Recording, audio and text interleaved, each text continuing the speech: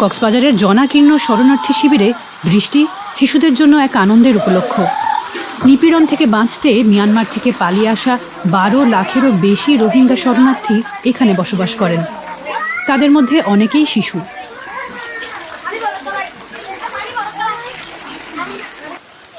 Hamidur Rahman UNICEF পরিচালিত একটি শিক্ষা কেন্দ্রে 3য় শ্রেণীর শিক্ষার্থী ছিলেন।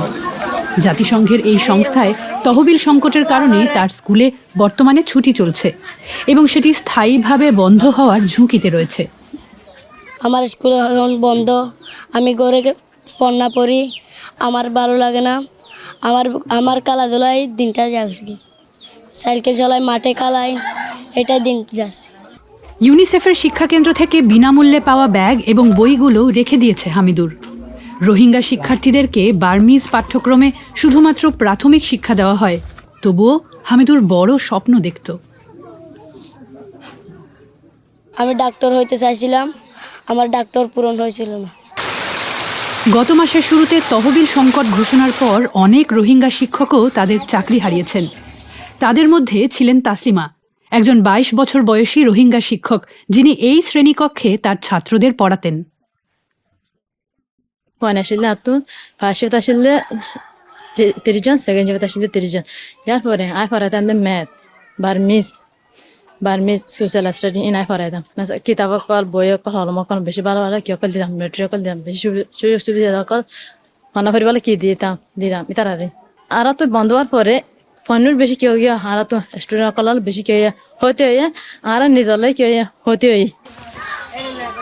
যে শিক্ষার্থীরা ইউনিসেফ অর্থায়িত শিক্ষা কেন্দ্রে পাঠ নিচ্ছিল তাদের কয়েকজন রোহিঙ্গা যুবকদের পরিচালিত ব্যক্তিগত শিক্ষা প্রতিষ্ঠানে যোগ দিয়েছে।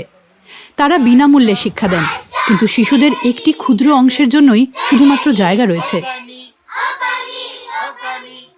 দিন আছে স্টুডেন্ট বাড়ি আজার কিয়া হলে যেদিন ইঞ্জুরি স্কুল আসি হিম বেগুম বন্ধ, এখন বন্ধ তাহলে স্কুলে কিছু আছে কে ঘুরে ফিরা করে, তাহলে আর কিছু আছে যারা ফান্দালা ইন্টারেস্ট করে এতারা দাস আরা হাসাইয়ের আর দাস দূর ভারি দূর এতারা দাস আরা কি দির এলম দির। বই নাই, হাতা নাই, হলম নাই, কিতাব নাই, ইয়া বাদে ফোনে তো ঘন্টা 2 ঘন্টা বাদ যাবে ব্রেক টাইম লো ইয়ে মাঝে ফোনে কিছু নাস্তা খানা টানা দেওয়া হরি ইবে দিন হারির।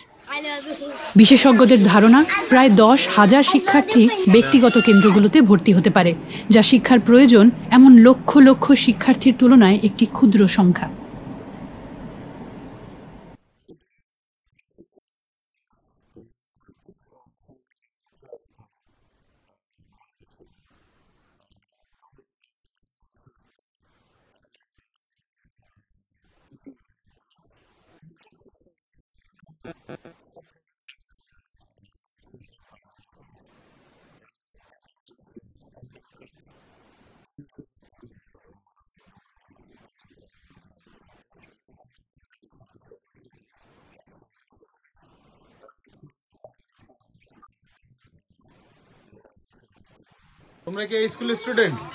ইউনিসেফ শিক্ষা কেন্দ্রগুলো ছাড়া হামিদুরের মতো ছাত্রদের ভবিষ্যৎ অন্ধকার।